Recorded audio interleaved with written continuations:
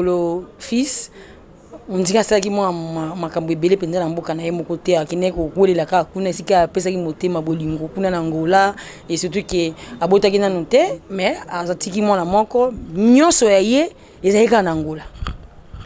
Bon, côté vie privée na yebi pendant mingité. Mais ndenge bato ba ki asalaki mingité na Congo, bon, il faut considérer que syndicat il est quand même jeune hein, akufi na 48 ans. Donc, ceux qui te considéraient que Moutouako, s'il sa classe peut-être n'avait 28 ans, 29 ans, à Bali, à Bandi, Bamisala, donc à Kobanda peut-être 30 ans, 32 ans. Donc, Tolo, ils ont à peu près vie active, ils ont 18 ans. Congolais, par son père, papa n'est congolais, donc à Boutamina Kisasa en 1972. Papa Augustin Dokolo, Azamutu Ambanzangungu, c'est un ancien homme d'affaires. Dans le Congo. Au Congo. Aza papa nae Dokolo azaki bato bayebaki ba banque de Kinshasa ezaki a papa nae Dokolo c'est un banque nae oui ezaki na ba succursale na ba province nyonso de Kinshasa ezaki banque ya papa Dokolo e kangama ba liquida yango bon et puis à un moment donné pesaki moi disons polémique parce que hier a sepela quitté babo tolae banque wana donc la conférence nationale a déposé un dossier à la conférence nationale pour bazong salaye banque na yewana mais bon monique conférence pendenge sila qui je dirais pas en queue de poisson mais bon souka qui pendenge fallait souker la thé ce qui fait que bon tant tina nenga yokufa a récupérer sur banque wana thé ba liquida yango banque de Kinshasa ekufa.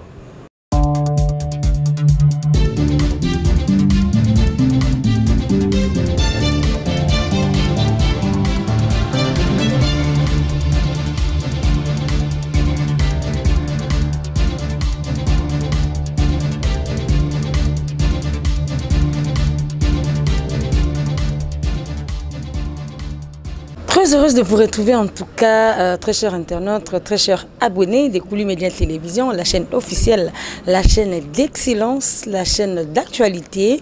Rachula Caramel encore là chez vous. Merci Penzande, vous pouvez toujours attention. Balobi chaîne Oyo, Izakaka Moko, Izali Kouly Média Télévision. Il y a maman Françoise Ovite que je salue en passant depuis les États-Unis. Et puis à toi aussi, pourquoi pas, à toi papa Davidin, Balobi papa Thierry, Ombre et Ligne de King. Merci aussi à toi. Merci à Denis Maweja d'être toujours derrière la caméra.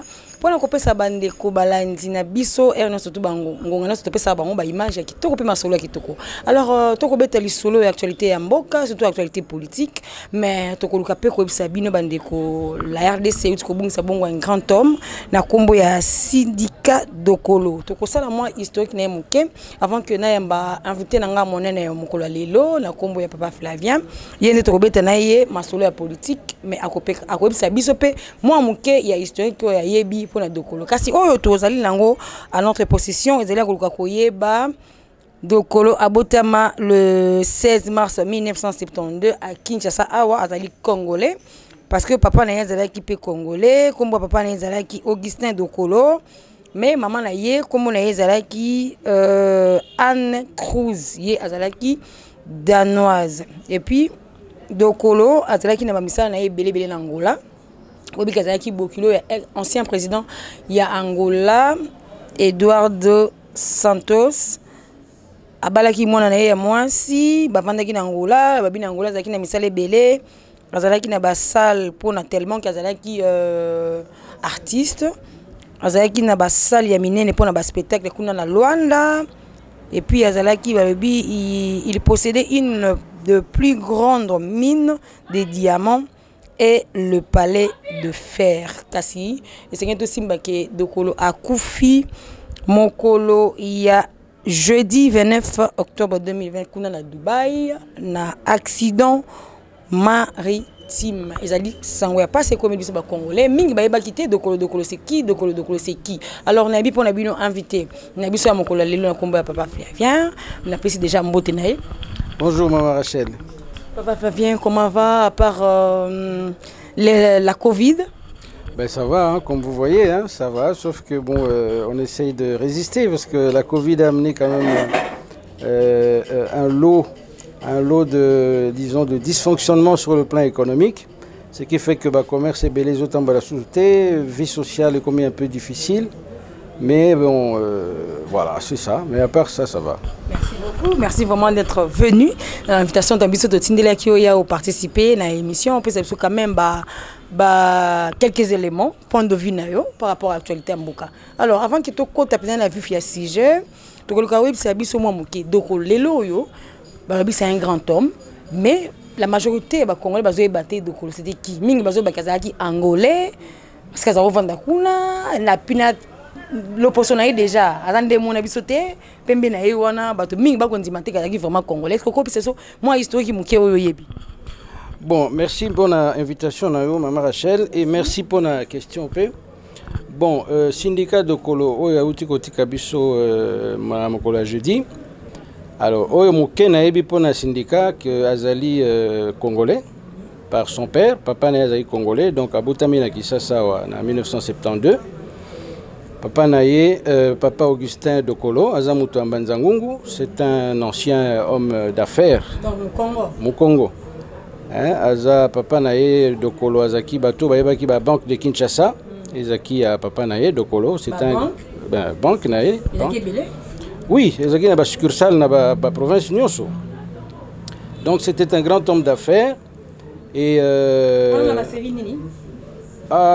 banque de Kinshasa, je pense va salir en année 68, 67, 68. Alors donc papa Nazaki homme d'affaires, ayebani mingi na Congo, na ba province Nyonso, Azaki na ba succursale nae à banque nae. À part banque Azaki pe na ba faire rebelle. Mutambongo. Donc moi j'ai hérité mbongo ya papa. Voilà. Et puis papa Dokolo Azaki pe camarade ya maréchal Mobutu. Ah bon? Oui. Et puis maman Naïende Azaki Mundele, Yangwana Bimi Métis. Okay. Maman Azaki danoise, na Kombo Botangiwana, Anne Cruz, Azaki danoise et à Danemark. Alors bon voilà, et le côté pour le syndicat. Abandi ba classe na awe pia ke sil sangona poto mais mingi école secondaire na université à sali na France na Paris.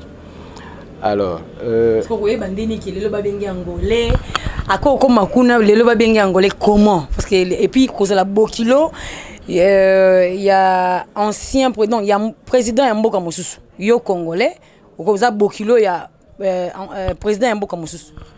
Bon, wana eza makambo ba bulingo et ça la maranango je pense que kuna na parinde bakutana na mwana ya Dos Santos ba yeko lingana. Alors na likamwende batumso akansaka za angolais te za congolais nde bakutana na mwana ya Dos Santos, je pense na France ba yeko lingana ba balani akomi bokilo ya président ya ancien président ya Angola Dos Santos et puis a continuer ba faire na ye pe alandi le kola papa na ye asali ba faire azaki collectionneur d'art ba art ba objet d'art Et puis, à part ça, j'ai une entreprise naïe belé.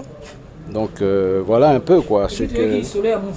Alors, avec na mingi, na ba mikolo to les cas à partir à disons ba période il y a présidence, il y a président Joseph Kabila, parce que avec ça le mouvement citoyen naïe, LDC je pense, les Congolais debout, à partir du mouvement on a koyebana. Mingi na niveau ya ba compatriotes na biso ba congolais à côté un peu à côté na politique toloba à côté na politique ndé sika bana qui vraiment mouvement en tout cas na ba mikolo to le ka ba ne to le en tout cas LDC et banaki a sali ba action belé ko emboîter le pas na société civile ko participer na ba marche na éveil à conscience ya la population congolaise. Donc, na point de vue anandé, oui, ça quand même bateau participer à l'éveil à conscience. Et pour Nabiso Congo, nous avons quand même perdu un élément important. Oh là là, important. Vous perdez vraiment un élément important, mais tu vois qu'il va te mettre un peu la critique, que Dokolo fils. On dit que ça qui moi makambo belé pendant na mboka na yemo côté akine ko kolela ka kuna sika pesa ki motema bolingo kuna na Angola et surtout que abota kina noté mais azatiki moi na moko nyonso ya ye ezalika na Angola. Bon côté à vie privée na ye na yebi pendant mingité Mais ndenge batoazo ba kiasalaki mingi te na Congo. Bon, il faut considérer que syndicat il est quand même jeune, hein, a couffé à 48 ans. Donc ceux qui te considéraient que Moutouako si sa classe peut-être n'avait 28 ans, 29 ans à Bali, à Bandi Bamisala, donc à Kobanda peut-être 30 ans, 32 ans. Donc Tolo ils ont à peu près vie active na 18 ans. 18 ans ils ont moqué, donc il fallait toper ça étant. Hein, le quoi balagi na Angola, sali vi na yekuna, peut-être l'era sali mouvement citoyen na RDC wa. Peut-être une manière pour naïe à Kokota. Le les a coexisté. Ezali. Je pense que le secrétaire général Nango ça doit être un certain maître Diaké, je pense quelque chose comme ça. Ils ont continué à coexister. Donc il fallait toper ça étant. Enfin, Nzambe Mouta Benguié. Hein, ce qui va bien gagner, je pense que Alinga a joué quand même un rôle moko assez significatif. Na solo ya politique ya mboka na biso. Waneza ye Mexico papa le bete biso benda li solo historique le bikazalaki ami ya ancien président na biso Mobutu ba bien ya papa wana Augustin Dokolo est-ce que lelo ezali to ba œuvre sala to ba banki wana ekangama e baluke koma mususu to bendeni. Bon, banque de Kinshasa ozaki banque ya papa Dokolo ekangama ba likida yango. Bon, et puis à un moment donné, ça qui moi, disons, polémique, parce qu'il y a ces pays qui étaient babou, la banque Oana. Donc, la conférence nationale a déposé un dossier dans la conférence nationale pour que ça la banque Oana. Mais bon, mon conférence pending, c'est là qui, je dirais pas en queue de poisson, mais bon, souka qui pendant il fallait souker la thé. Ce qui fait que bon. Tant que tu n'as pas à récupérer sur banque on a été liquida yango banque de Kinshasa et kufa. Voilà. Alors tout la masolo na biso na lomba mpenza masolo ya mboka ko yinda eziki to loba. Peuple congolais zelaki mokonza mboka à dissoudre ensemble, azelaki mokonza mboka à suspendre topea longola mokumba ya ba pesa ki premier ministre Ilunga Lukamba isalamité. Qui consultation mon collègue aussi la banité qui le balobi ko sala 15 jours ba ko consulter nani et puis est-ce que consultation mon konzamboka ko sala et quoi aboutir. Bon, merci pour la question nayo actualité politique de Yangoana. Je pense que les alliés importants mutuna mutu à kota na lisolo yango parce que Italie vit na biso nyonso to kota na kata lisolo wana ba oyo balanda ka politique régulièrement tout le cas éclairé bango baeba pe makambango zo kene ndenge nini tina nango nini et puis comme biso wapi.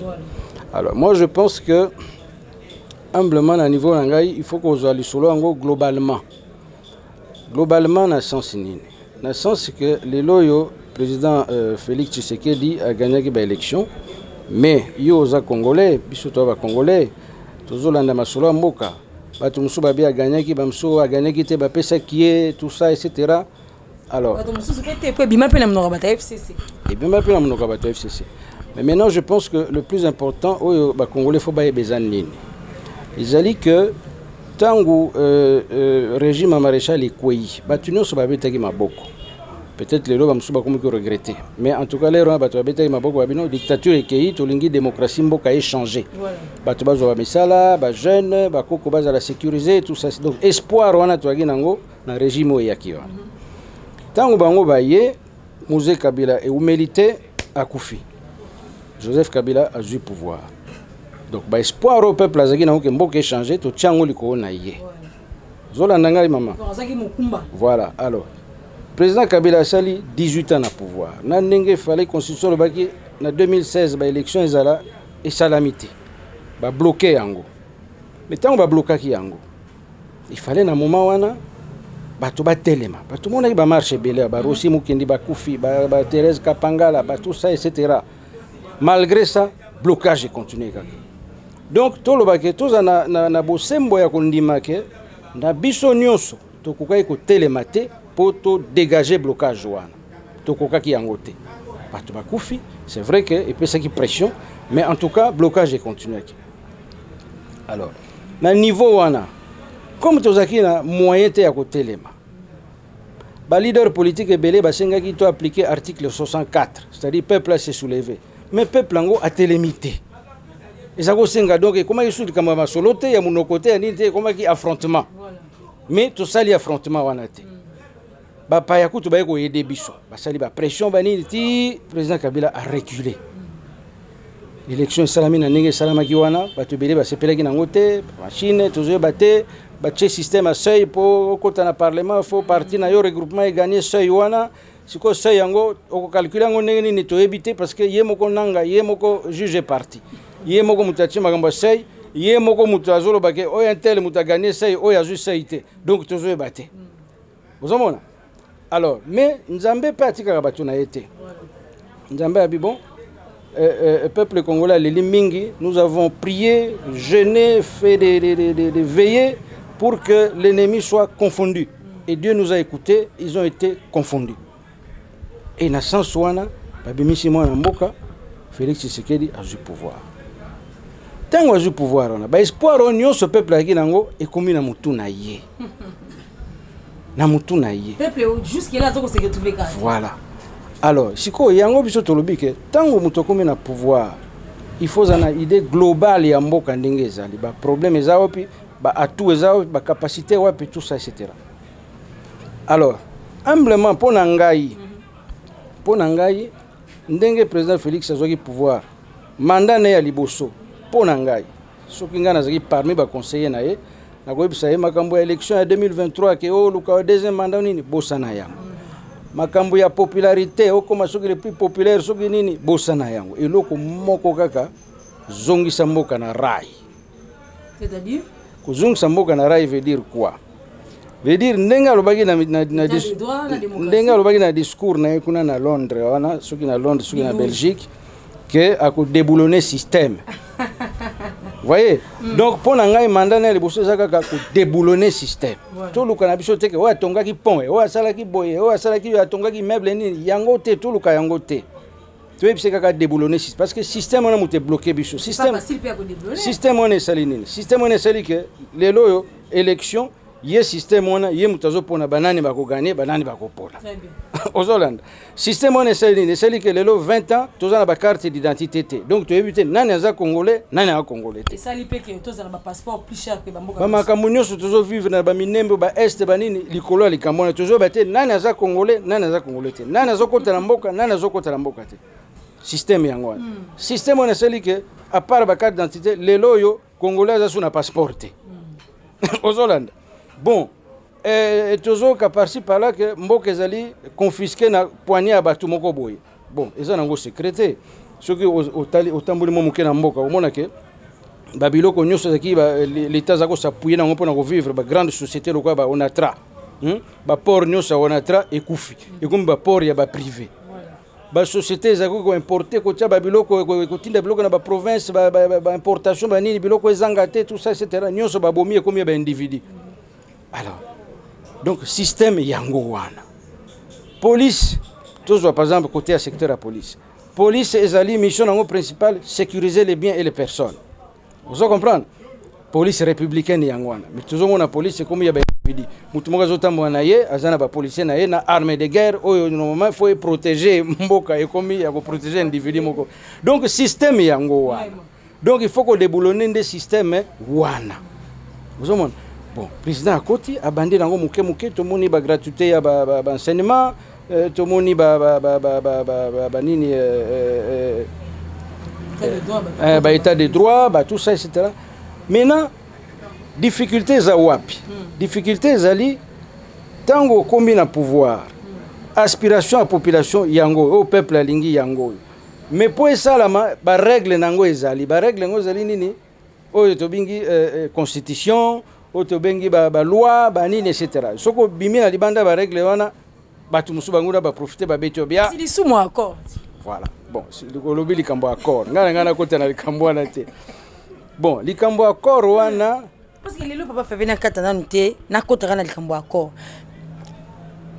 ba règle ya accord na ba règle ya constitution ya accord eza ko dominer constitution. Et ça le quoi oh le bilan wata mon confrère que je salue Israël Mutomba lobi et ça quoi mutazolamba mbisa okauka azu une tomate ya mbuma atie ebele alors ole mbisa okaka ezala na kati ebele tomate ndé komi besoin encore ndé tomate na kati ya biso ko na kati ya tomate donc mutazoli ndé ba tomate miso ezaka ya kopona yango na ndenge kola sake accord eza koleka mibeko ya mboka mibeko likonzi likolo ya accord tozokoka ko supporter susu komona nteke mboka eza na kimi tambola malamu likolo ya accord oyo peza ko sunga peuple congolais en rien. Bon, merci Maman Rachel pour la question. Moi le kambo accord au lobi wana. Hein? Le kambo accord wana na minute na ndenge na situation to komi nango. Accord wana eza suna tinate. Pourquoi na lobi bongo? Na yebisa que ne bandelike peuple congolais a prié ki mingi to jeûner to sali ba sacrifice ba veiller pona déboulonnage à système wana. To sengi nzambe a confondre bango. Nzambe a confondre bango malgré ba tripotage na bango ba bimisi mwana mboka. Il faut que la Fayulu, il faut que la Bemba, il faut que la Seti Kikuni ou n'importe qui. Mais Ebimi Félix, Azamou Namboka. Dans confusion, Beta Kibanguna, Bimisi Mouanamboka. Yango tobi accord ou pas accord, Mouanamboka a Bimi. Si quoi, yé Mouanamboka n'a Bimi, on a abo sanate, aspiration à la population. Tous on a besoin de déboulonner le système. Azana distraction, parce que Monguna Tikina noté, parce que Bende n'a pas distraction. Mission na premier mandat ko déboulonner système ko zong samboka na rail. C'est-à-dire zelo ko kangina. Alors, maintenant tant lobi nanga que accord sokini accord on peut éviter ce qui zali parce que tozoka tantôt au accord ba signé yango bazaika 3 personnes. Ah wana Joseph Kabila kabanga lobi hein parce que eza bato mibale. Na ye Kabila na président Félix bango mibale nde bazalaki ba tête mibale o azali président autorité morale ya cash o autorité morale ya FCC bango mibale basaki accord maintenant le Joseph Kabila kabange autorité morale ya FCC lobi que non accord wana ba signé kango na présence à 3 présidents c'est qui est tonzima accord ezali papa faire ndeni ko accord ezate secrétaire permanent à PPRD Neko Ramazani Shadari il y a lobi que tant ba signé accord on bazalika 3 personnes président Kabila président Félix naïe hein accord wana papier wana ezaka exemplaire moko eza na maboko ya président Kabila wana secrétaire permanent ndeko Ramazani Shadari ye moko autorité morale la bango président ancien président Kabila sénateur à vie alobino ezaki devant 5 personnes dont 3 présidents ya ba pays alors sikoyo version anani tokondima ya Shadari mutazaki wana ou bien ya donc pona ngai eza na tinate parce que de toute façon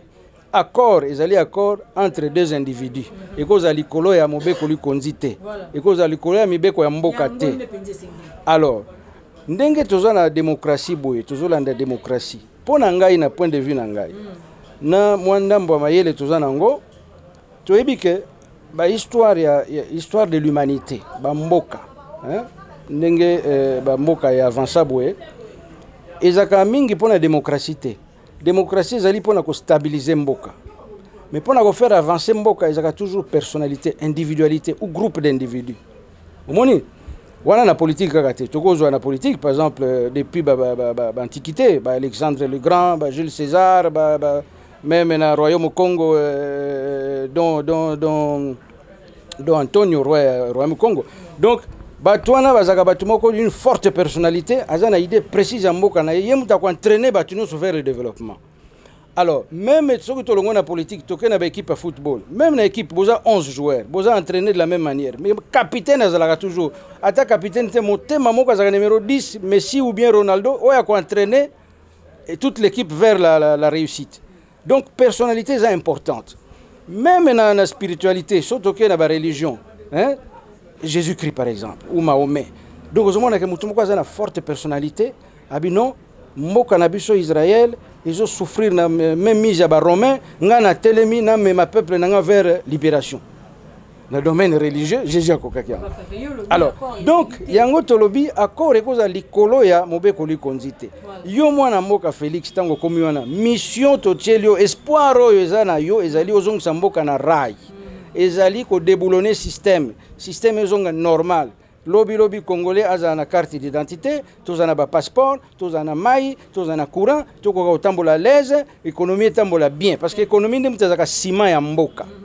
Vous avez alors, pour Nangaï, il faut avoir suffisamment de personnalité pour na mema mboka vers ezonga na rai nango. Alors, La situation la situation politique est compliquée, la force en présence est alliée, parce que politique est un rapport de force. Hein? On a un parlement, on a la majorité, tout ça, etc. Dans le moment où ils alliés politique participative. Donc, le président de la République, tant que l'aspiration à peuple est abouillée. Mais quand on a un parlement, on a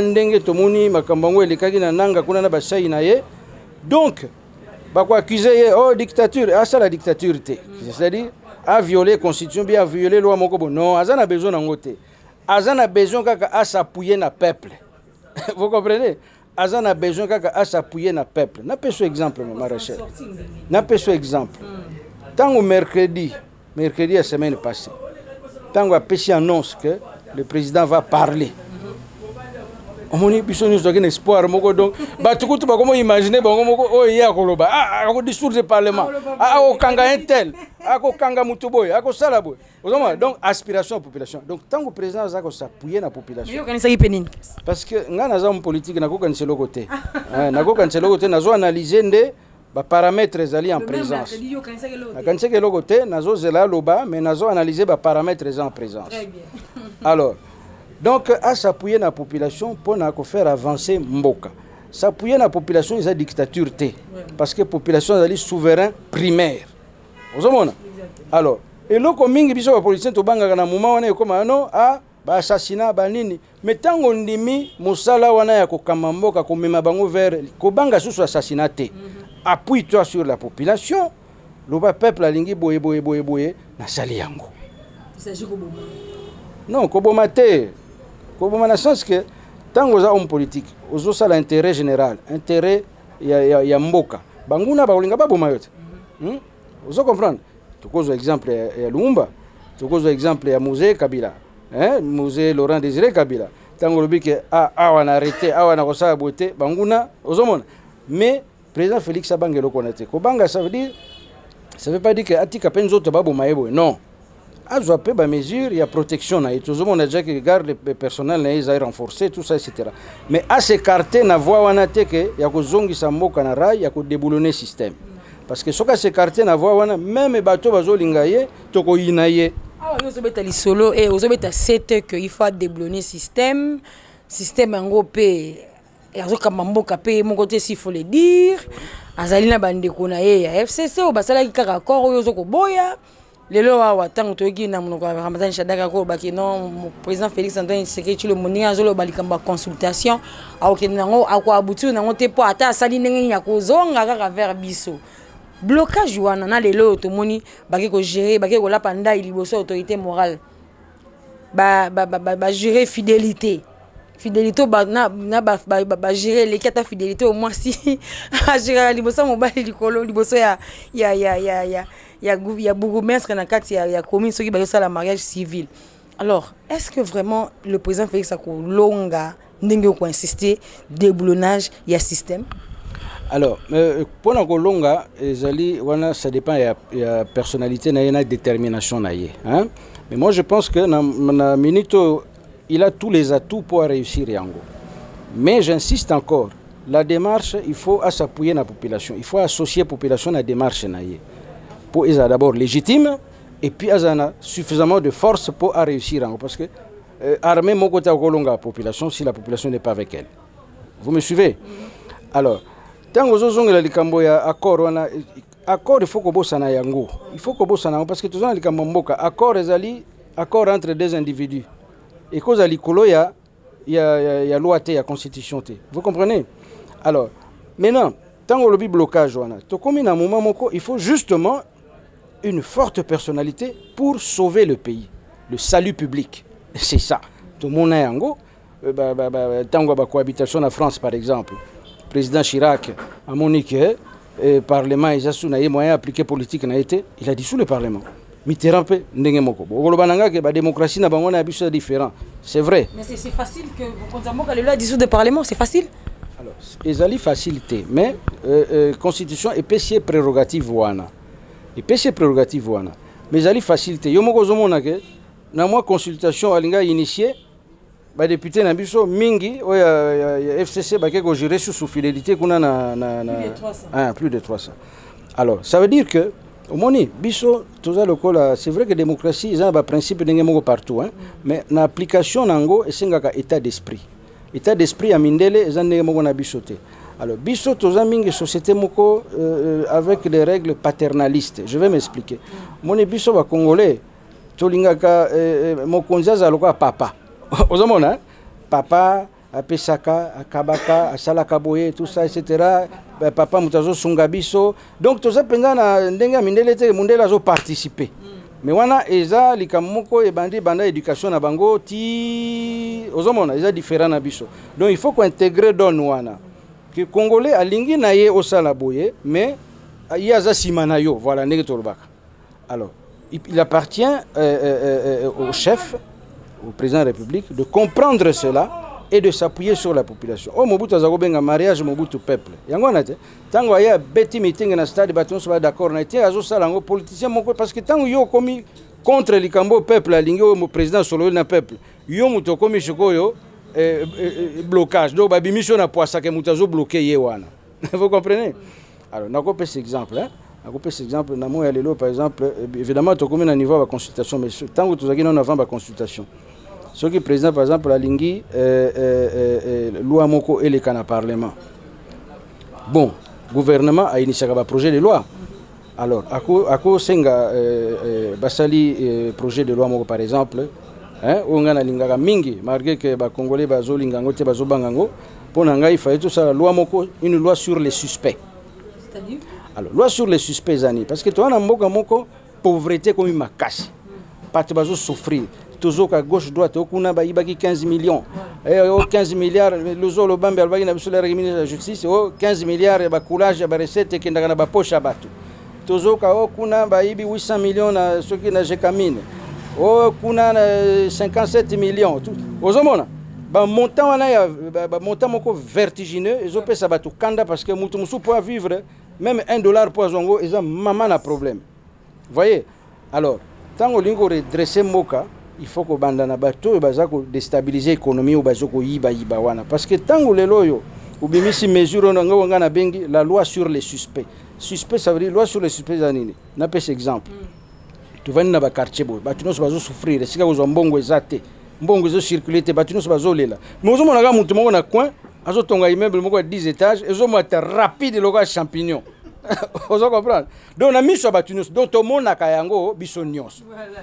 Mais ce que vous fouillez moi moké et si comme toi na salaka et yebanité ou bien alors à salaka mais aza mukonzi ya l'état mais tant oza mukonzi ya l'état faut to yeba revenu na combien ba futa ko combien pour ko tonga immeuble ya 10 étages na 6 mois paye sili vous comprenez alors donc la loi sur les suspects c'est ça veut dire que il faut to comme à niveau moko il faut ba magistrat bazala parce que magistrat musane yangwana akoki ko se saisir na dossier moko boye abitia oyo immeuble zo mataboye na tuna nano tata yo salaka wapi o gagnaka combien mais immeuble nazo évalué na $100 millions.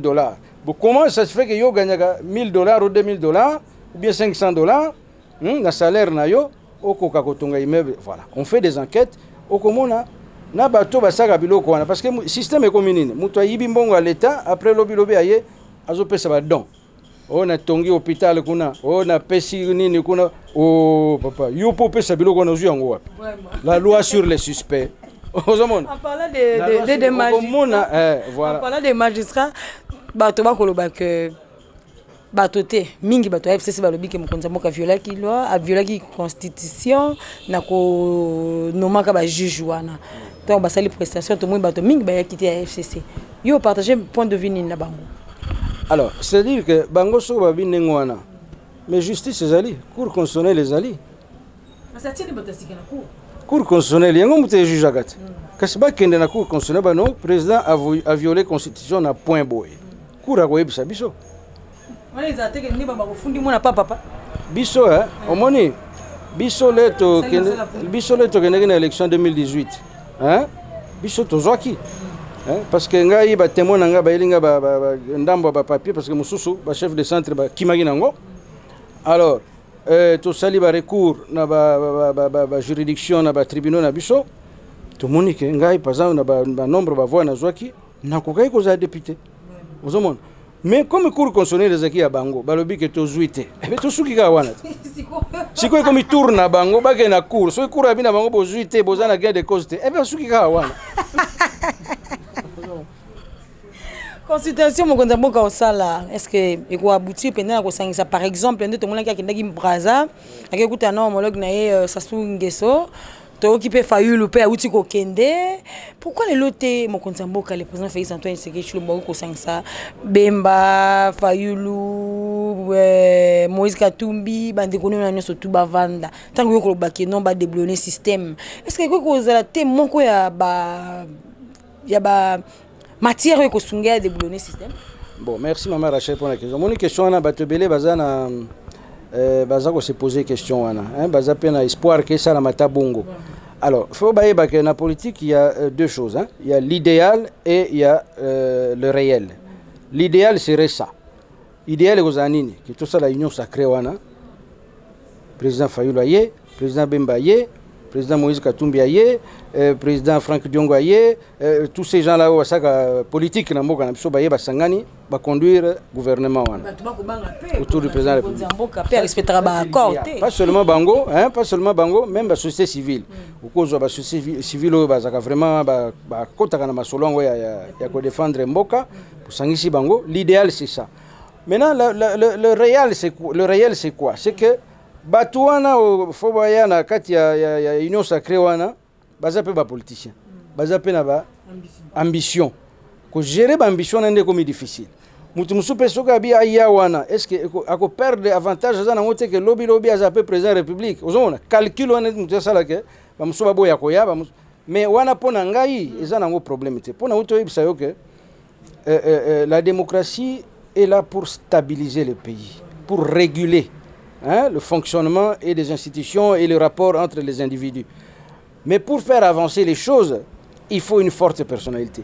Donc, ce président Félix, à comprendre l'aspiration de la population, à ta consultation et simbité, à yebi place d'une fois même, moka po ezongana rai, et rencontrer aspiration et population. Et pour ça, il faut, excusez-moi le terme, comme on dit en français, il faut avoir des couilles. Mais tant que vous exemple, le bien sangisa, tant que Franck Diongo, tant que Vital Kamerhe était.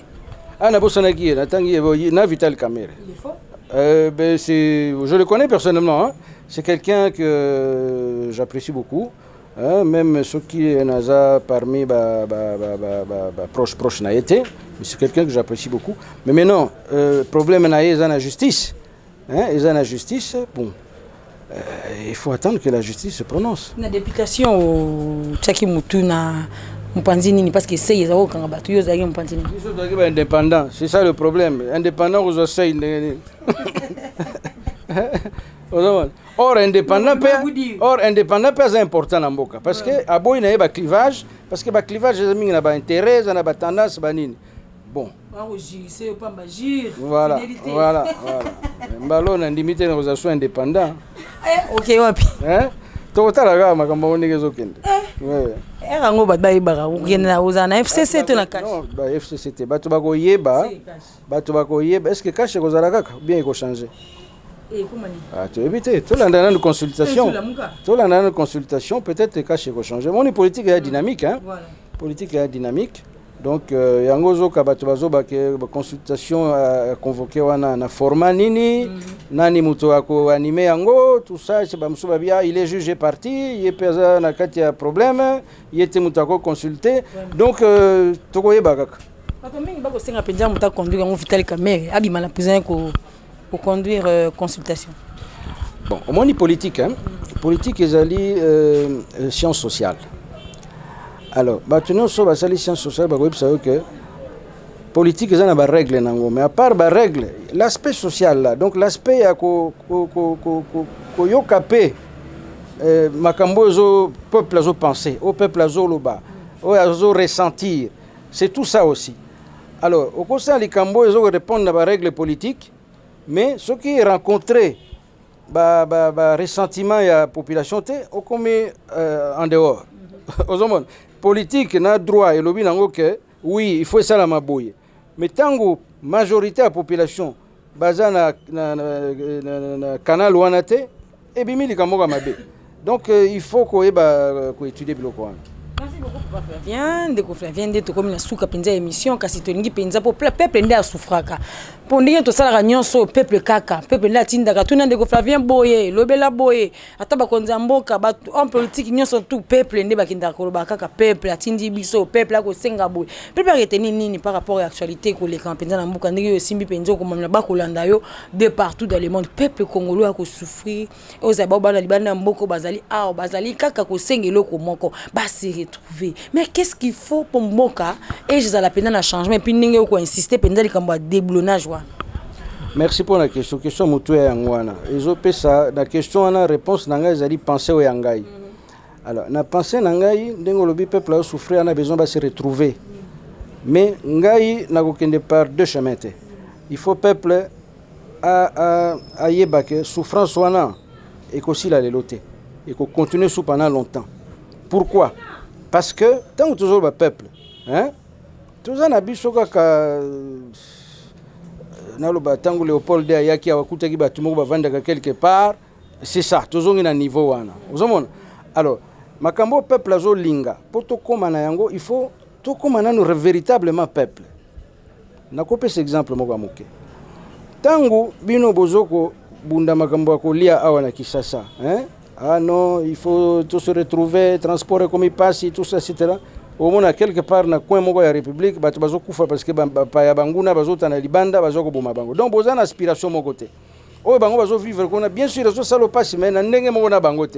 Alors, parce que si vous avez une Bango,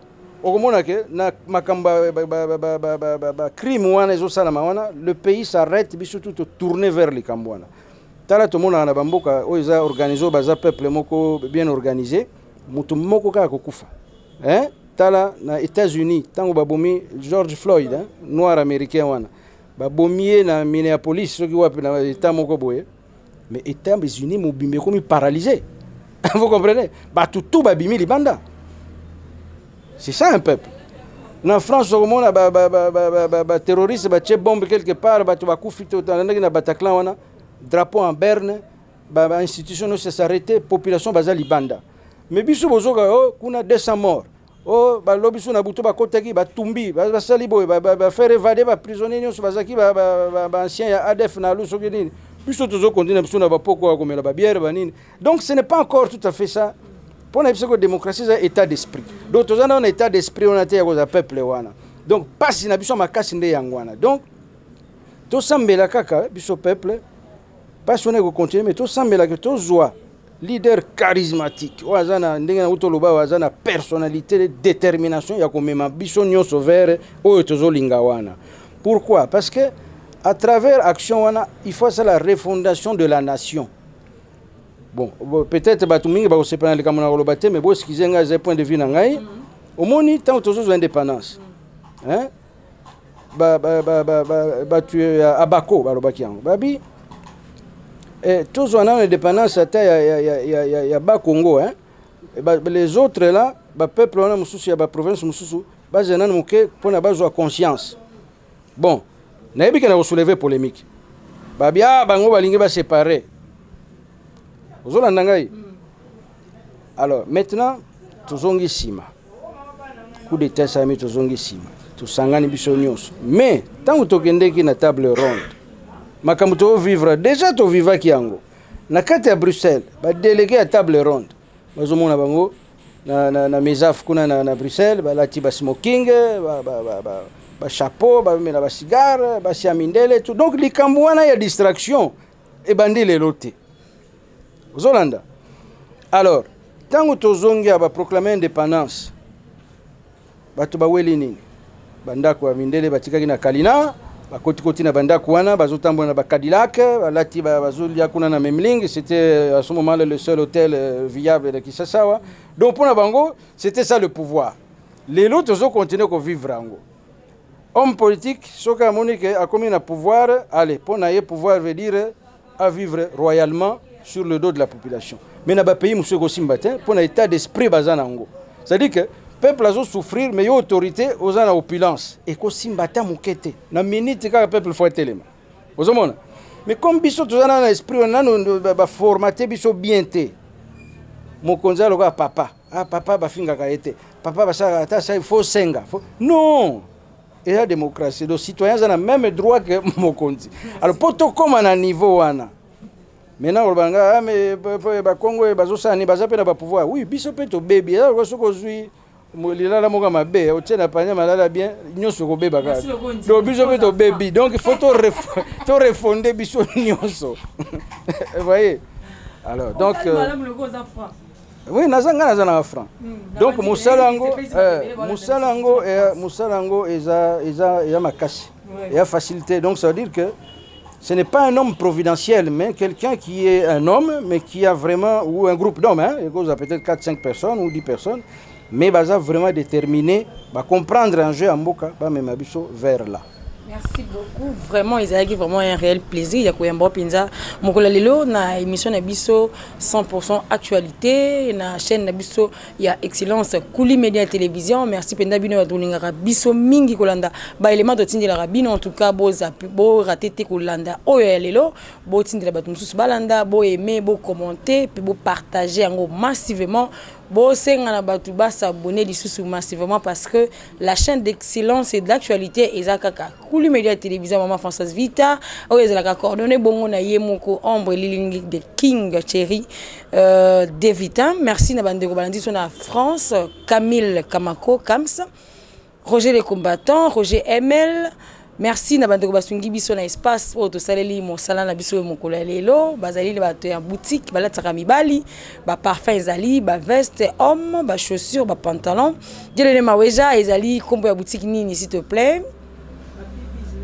Abi Business, très bien. Abi Business, c'est na Oshwe na Matongé. Ils a passé au Bungate avant comme la couloir au monde Abi Business, c'est ça. Ils ont là ça. Mi bali surtout en tout cas merci na invité na biso azalaki vraiment spécial pour na biso mon kolalelo pour na ko décortiquer actualité en Mboka.